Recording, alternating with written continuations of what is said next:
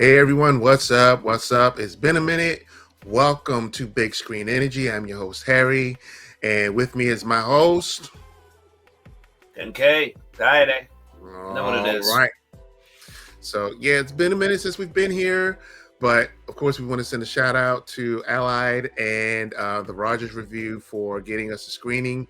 And we saw one heavy duty movie this week in one battle after another. Yep. Let me start off by saying I saw maybe two trailers for this movie, and I said, you know what? I want to see this. I don't want to see too many trailers because you already know how it is. You put too many trailers out there, you've spoiled half the movie. Mm-hmm. Hey, you already know. When we went to go see it, we weren't 45 minutes in. I had already asked 5 different times, "What am I watching?" Oh, you did that 30 minutes in because that's how crazy it started. Jeez, that was something. So I'm going to throw it at you. Give everybody a quick synopsis as what was it about. I mean, basically, we've got Leonardo DiCaprio, Teyana Taylor, Sean Penn, Chase Infiniti, a few other people in there. I think we saw one of the Hines sisters from that band because she was also in Paul Thomas Anderson's last movie, Licorice Pizza. But basically, Leonardo DiCaprio's character, he's been on the run, so to speak, after years of doing a lot of, revolutionary type missions with his partner Teyana Taylor, and they eventually have a child. And over the course of that whole portion of the film, you kind of see how they kind of divide. She gets captured by the authorities, and he has to go on the run. And you have this whole setup where they flash forward 16 years later, and his daughter, played by Chase Infiniti, is forced to kind of go on the run when certain parties get wind of them, namely Sean Penn. Yeah. And there's just a lot of craziness to this movie, but definitely a lot that speaks to our socio-political landscape right now. There's a lot in regards to, immigration and White just supremacy, how conspiracy revolution. Yeah. theories and a lot of stuff that they kind of takes very seriously for a lot of the film, but also play for laughs, which I think is kind of something that kind of helps curb that heaviness to it. Yeah. Yeah. I think one of the big things for me watching this is and I just watched a interview that Regina Hall gave. You know, she had a part in this movie too. That Yes, yes. this was a movie that the director had been sitting on, the idea rather, he has been sitting on for about 20 years. Yeah. And it's crazy to think because we remember I kind of mentioned that as we were on the way out the theater. If this was something that might have been released 2 years ago, while it still would have been relevant to the times that we were in, I don't know if people would be paying as much attention to it even then as we would be right now, considering again the climate that we're in. Yeah. So to have been sitting on this idea for 20 years, it's like even if this had come out 10 years ago, you know, I don't know, but another swing that I have to kind of make on this was I really, and don't get me wrong, I really enjoyed this movie. You know, and I was, like I said, I was glad that I saved myself from watching a lot of trailers. And there are a lot of influences that you could see throughout. You know, there's a little bit of Sergio Leone throughout the movie, especially like the last portion where there's some things going on with cars like that whole Oh yeah, stand. that last half hour is just straight Western type Yeah, shit. yeah, and that was the one thing I wanted to touch on. Um, one of the things that they said before the movie started, the folks from LI came out, hey, how you doing? Turn your phone off. Da, da, da, da, da, da. They went through the whole 10 yards because when you go to screeners, there's certain things that they tell you to do and not to do. But the biggest thing was we just wanted to let you know that this movie's going to be 2 hours and 45 minutes. It's like, damn. Mm-hmm. And for me, there are a lot of movies that come out, and I was like, okay, this there's a lot of filler towards the end. This movie needs. Let's wrap this up. Let's go on and get to the conclusion. I didn't feel that here. I feel like from start to finish, everything that was there needed to be where it was supposed to be. So even when you get to that 2 hour 10 mark, when everything kind of starts coming to its conclusion, when all the factions that needed to be where they needed to be, it wasn't a whole thing of, well, we're putting this there for filler, we're putting this in for dialogue. No, everything meant something because you're waiting for consequences. And the thing was, I felt like it was a thing of nothing was predictable. Nothing was predictable at all. Even the things with certain characters is like, well, they're going to get this and they're going to get that. And I was like, oh, that didn't happen how I thought it was going to happen. Your thoughts? I agree for the most part, although there was one thing in particular that was pretty predictable from the onset. And I assume that that's something that, Paul Thomas Anderson as a filmmaker is trusting us, the audience, to pick up on immediately. And I think it plays very well throughout the rest of the film, just because by the end of it, what you think would happen doesn't. And it does kind of make things better. Yeah. Certain things are revealed over the course of the film, and you think to yourself, okay, is this something that other characters are going to be clued in on? And I credit the film for not going that route and realizing that it's not important, it's not relevant.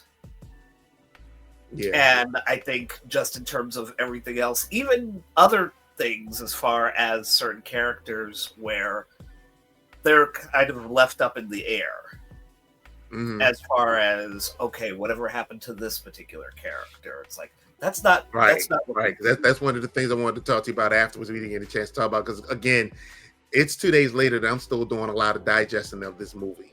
You know, and that's because you have characters come and characters go. Now, a lot of times you will hear critics say, "Well, this character came and then they disappeared, and you never heard from them again. What happened?" But for a film like this, no, you generally wonder, well, yeah, what did happen? They just kind of went, and it's not a bad thing. It's like, well, yeah, they came, they served their purpose, but I genuinely want to know, what became of XYZ character, Yeah. And speaking of, so who were your standouts in this movie? I mean, it's honestly hard to pick. I think everyone is bringing their A game with this, especially Leonardo DiCaprio, and just manic from his whole manic performance, and just kind of seeing where he is at the beginning of this film, and especially once Willa is born, and just seeing that change in his character, like once his daughter is born, and just seeing where he seemed very much ride or die about all of this stuff. And then once she's born, he just is overwhelmed by this whole idea of, I need to be a father to this child. Me and Perfidia Beverly Hills, played by Teyana Taylo, we need to be a family. And then when that fractures, you just see him go on the run. He still kind of has that paranoia about him, but it's definitely been dulled from years of alcohol and drug use, which he freely admits. And it comes into play once he has to start reconnecting with the members of that revolutionary group that he was part of, and it's just so hilarious. What do you mean I need to know X, Y, and Z? Yeah, do you know how many years? All right, here's here's the code phrase. I need you to give me the response, and he can't So remember it. if you don't have the code, I need you to call back. And then how that gets resolved is just another great joke that they put into the film. And again, What's just my seeing favorite kind how of heavy the subject matter is in terms of, you know, things that this revolutionary group, French 75, are trying to combat against, as far as racism and immigration, and Mhm. that's especially comes into play with Benicio del Toro's character, Sensei Sergio. Yeah, And even that, where it's played seriously, but there is still this underlying humor that doesn't break the tone of the film. right, right. Because there's such subtlety to how funny of a character that Benicio del He Toro plays he in he this. played that character so straight the whole way. And if you notice how he performed, it was almost like a sense where at any moment he could just kind of bust out and just laugh, because Yeah, he always like, dude, what, I need you, Bob, to chill the hell out. While yes. all this is going on and the world is going on, I just need you to chill. It's going to be fine. And he Because just there had is that control. yeah, because there is that dichotomy between the two of them, because Sergio, he's still having something of a regular life, and you kind of Right. almost feel like that's done deliberately just because you have Benicio del Toro, who is a Latino actor, versus um, Leonardo DiCaprio, who is white. Yeah. And, when we talk about certain things, especially in our society, as far as how white people will finally How address they deal certain with things situations that are versus how we happening deal with in situations. society versus how people of color and black people deal with it. We take it very seriously, but at the same time, there's been that constant need Right. to do that. So to the point that in certain situations, you're just thinking to yourself, all right, this is just what we have to do. And white Right. person, you need to relax. Right. While you're freaking the hell out, this is Wednesday for us. Yeah. Yeah. So Yeah. I think there's a subtlety to that. And I think that's something that helps the film very much, just because if you were to say, if Spike Lee were to direct something like this, the themes would be very blatant and maybe even a little overblown. And I think this especially relates, We would get hammered over the head with yeah, mess. and this especially relates to Mr. Sean Penn and his character. I was just coming to him because I was going to say he actually was kind of my standout character, because for a brief moment I didn't recognize him, but once I did, I was like, wow. And I do feel like a lot of times he doesn't get the accolades that he's deserved. I think, he was very underrated in a lot of things, and this might be another one of those movies, but he played the hell out of Lockjaw. I mean, and the biggest thing was that walk. I swear to you, everybody in the theater, every time he moved, 3 or 4 of us would just say that walk, just that walk. Yeah, And because it's very stern. It's almost it does kind of feel almost like Napoleon syndrome to an right, extent play, because it's this whole idea that he has this military / law enforcement background, and obviously we know military people who kind of have that certain swagger to them, right. They but overcompensate. it's very much a situation where he's way overcompensating for a lot of things, and that plays heavily into other aspects of the story, because there is just so much humor from watching Sean Penn do this walk that doesn't Right. feel like it feels a little bit like a penguin waddle to an extent, mixed with how Sherman Hemsley would walk for the Yeah. Jeffersons. And he Or was more it was appropriately, whenever you watch the opening sequence of Amen. yeah. Yeah. So I feel like Sean Penn is doing a little bit of the white military man's version of that. Right. You know who I want to give like kind of a special shout out to, because it took me way back, and I had to think who he was. So speaking of Sean Penn, so his whole big thing was he wanted to become part of the Christmas Adventurers Club. Yes. When you all see it, you'll figure it out. Yeah. Mm-hmm. There was one member, the really, really old man that was in the room that looked like he was kind of out of it. That Yes. was Kevin Ty. And for Yes. those, for me, that's a deep cut because I kept looking, he looked familiar. He was, and he played Roy Moore. He was from way back on Emergency, 50 some years ago. Mm-hmm. I was like, he looked familiar. He looked, oh, and I mean, he really didn't do much. He might have had like 2 lines, but he was just out of it. And I kept saying, why does he look familiar? Then I said, oh, that's a deep cut. Nothing significant, but it's just kind of cool when you see those actors from like forever ago, and they just pop up randomly and stuff. So he's definitely he's that guy actor, you know. Yeah. That Teyana Taylor, just I can't put a word on her performance, because I still feel like we didn't see enough of her in this movie. But again, one of those characters. We saw enough of her abs. Abs or ass?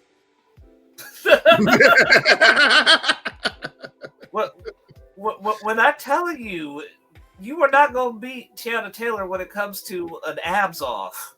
Yeah. Nah, it's not happening. Yeah. But to kind of wrap this, my thing is. Well, we also have to talk about Chase Infiniti. We have to make sure we talk about. Oh, yeah. Yeah. I'm gonna let you have that because I can't think of the superlatives to give her because she was just brilliant in that role. No, she really was. She's playing Leonardo DiCaprio's daughter, and she is an absolute standout. Just very fearful and determined, and giving Leo a lot of shit just because. Because he's Leo. Yeah, this is her father, and she's trying to have as much of a normal life as possible for herself, and it's difficult. Like, she is, she's 16, 17 years old, and she has to deal with her father, who is doing I guess the best he can, given his own stunted maturity to an extent. Mm-hmm. And you just have these Bob. Yeah. So her just being totally at odds with him in the way teenage daughters are with their parents, and have it be something that is amplified just by the nature of Bob's past, is really something that she plays very well in this film. And she has not done a lot. A lot to add. This is one of those movies that somehow I think is going to get some Oscar buzz. I wouldn't be surprised. I would be surprised if it doesn't, because this is one of those movies that, like I said, a lot of people are going to skip. But like I was going to say, to kind of put a fine pin on it, this isn't a movie you're going to casually walk into. I think you need to be in a frame of mind to sit, because it's a heavy movie. Yeah, and heavy in a good way, because, like I said, there's a lot that's thrown at you. There's a lot that you're going to have to take in. And when you come out, you're gonna be chewing on it for a bit, because you're gonna see some things, and you're gonna because again, it's appropriate for the time. It's it's a lot. It's a lot, and I'm here for it. I'm here for it, and like I said, I'm so glad I didn't watch a lot of trailers for this. Well, I mean, I saw all the trailers for this, and I don't think any of them really spoil too much about what's going on in the film. I think there were only about 2 trailers for this. There was the teaser, and then there was the full trailer, and that was it. And other than that, you don't really get a sense for how deep this movie is. And that's how I felt afterwards. Certain aspects, as far as telling you about the people who are pulling strings behind the scenes of things, and how people who sort of try to rally against that have their interconnected networks, how they communicate with each other, and so much of it is definitely, works to sort of highlight certain stuff that we're dealing with now as far as, this current administration and Right. seeing how corporations move as well. But at the same time, it's framed in such a way as that it's not trying to weigh you down with having to think about all of that too much. Yeah. It still wants Yeah. you to think about it, but it at least does it in a way that even when certain things get really heavy, as far as like characters dying or characters getting captured, there's still a sense of surprisingly levity to it. Right. Right. And it's that's what I never, think too. not so much, never so much that it trivializes what's happening, but just enough so that it lets you breathe and sit with it without Right. feeling overwhelmed. And that's why I was going to say that was the biggest part of the idea that the movie length was what it was, because some movies are so top heavy that by the time you get to the back half, it's like we're just trying to pack in whatever we're trying to pack in just to fill it out. But you hit it right there. Like, we're going to pack this in, we're going to let it breathe, we're going to develop some stuff, then we're going to go into the next thing, do a whole lot, let it breathe. We're going to stretch it out, but for every little point that we stretch out, there's going to be something in there that's going to make sense. We're going to give you things, we're going to take away things, but we're going to make it all make sense. So that way, when we get to the final conclusion, it's all going to come together. Yeah. It's all going to come together. So on that point, we are going to wrap here. We're going to try to get a couple more of these in as we get stuff. So again, like I said, I want to send shout outs to Allied and the Rogers Review that got us in for this movie. I think it's an amazing movie. Go in and just kind of be prepared. So with that, I'm Harry. Skyday, where can they find you? You can find me on Blue Sky, Ken K 1980. All right. You can find me under Bishop Cosplay everywhere. And we'll see you at the movies. We're out. All right. Later.